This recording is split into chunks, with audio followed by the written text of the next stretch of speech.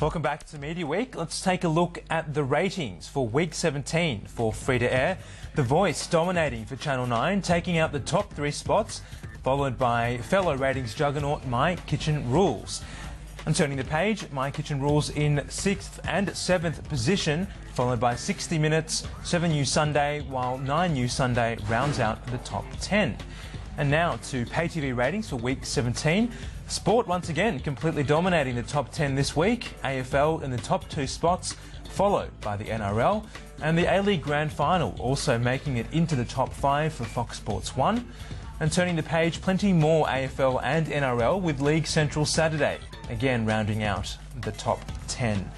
Now, James, talking about those TV ratings, there have been moves this week in the US to try and now measure this idea of audiences watching programs online. How's that going to work? Yeah, you could argue it's probably taken a little while to come to grips with, but it's not an easy thing to get your head around, I guess, for the measurement companies. Now, Nielsen are going to partner up with a lot of the broadcasters, the major broadcast networks in the US, ABC, CBS, NBC, Fox, and also a number of the the cable operators over there. And they have lots of ways that people can view content, whether it's on Hulu, Netflix, stuff like that, and their own sort of online viewing sites. So they're going to start measuring all that and do some tests on how it goes. So there'll be figures that'll they'll boost the TV audiences significantly, because I know a lot of people are now consuming that content away from, they're called the cable cutters, I guess, in the States they call them, people that don't have a broadcast signal coming into the home. They watch all their content online.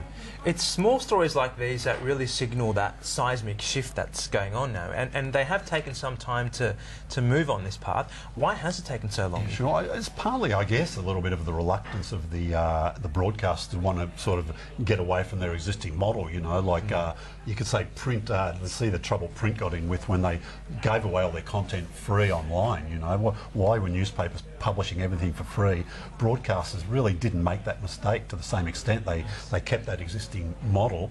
You had to have a TV set to see a lot of that content. That's slowly changing now, so they haven't had to really adapt as quickly, if you like. And there is that disturbing graph which shows that the growth in internet subscriptions followed by the decline in pay TV correspondingly as well. But let's talk about Celebrity Splash, the quality of that particular show. How bad was it, and how did it rate? Look, I found it hard to watch. You know, it was 2 hours, not a lot happened. I think there was 7 dives in like 2 hours on that first night. Okay, but then there is a part of the market, 1.3 million people sat all the way through that. So if you like, you know, free-to-air TV offers all sorts of content. You know, wasn't to my liking, and I'm guessing you probably didn't watch it either. No. But there's a market there, and it caters for all sorts. Right. Now, the boutique production company WTFM, they've merged with another producer, and they're going to start making dramas. Yeah, Richard Keddy's the guy there. I think he's actually the uncle of Asha Keddy, the actress. So he makes shows like probably best known for things like Hawk, Curtain, and the drama series My Brother Jack. So WTFN they've been in more the factual and reality area, if you like. Bondi Vet, The Living Room, Network 10's Friday night sort of attempt to copy the success of Better Homes and Gardens. So they're going to get together and they'll start getting into the scripted drama. They both work closely with Network 10, both those producers, so you can expect that they'd like to get a project up there maybe, if not the other broadcasters as well. And talking about changes, we've had some network appointments this week. James Tobin getting a new hosting job, and some changes at 9 with the Spice Girls. Yeah, absolutely. Look, Spice Girls, yeah, the Australia's Got Talent. 9 weren't able to get Mel B, so they've had to go to Plan B, which was Jerry Halliwell, Ginger Spice, so she's coming out here. James Tobin, long been associated with working on the weather for 7 on weekends, been doing a bit of weekday work recently as well. He's going to be looking after Beauty and the Geek, a little format that Shine now produces for 7. It does pretty well for them on a night where it's hard to get big audiences, traditionally Thursday night, so presumably the show will stay there, but that'll be coming up soon. Now, the Astra Awards, the finalists have been announced. I know Sky News Business is up there as well. What channels feature the most this year?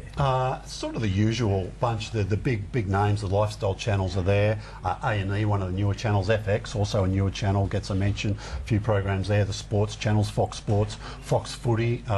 The rebirth of that's been doing very well, getting big audiences. The #1 channel for most weeks of the year that the AFL's running.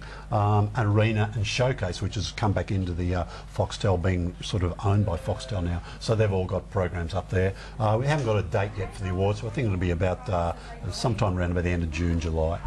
Now, Channel 7, a new show, A Place to Call Home. How did it go? Yeah, look, did fantastic business on its first weekend, Sunday night. About 1.8 million. I haven't got the figures here, but yeah, it was right up there. So a massive result for them.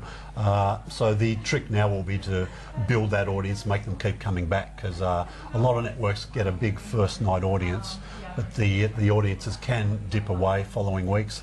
The thing going for A Place Called Home, there's some. I've had a bit of a preview of some of the plot twists coming up. So it was very methodical. They set it up in that first week, but for viewers that come back over weeks 2, 3, 4, they're going to read some stuff that I think should secure it as a permanent fixture in the 7 schedule, I think. And just quickly, James, any shows coming up in the next few weeks that catch your eye? Yeah, look, there's going to be some massive head-to-head combat before the end of May. MasterChef coming back for 10, which they need to work big time. House Rules coming for 7. That'll be up against another series of The Block. So the second time that's gone to air within a 6-month period, they'll have 2 series. So it'll be fascinating seeing how those shows play out. So some head-to-head clashes. Oh, absolutely. In the network. And we'll cover them all night. Absolutely. Thanks for your time today, James. No worries. That's all we have time for on Media Week today. From all the team here, thanks for your company.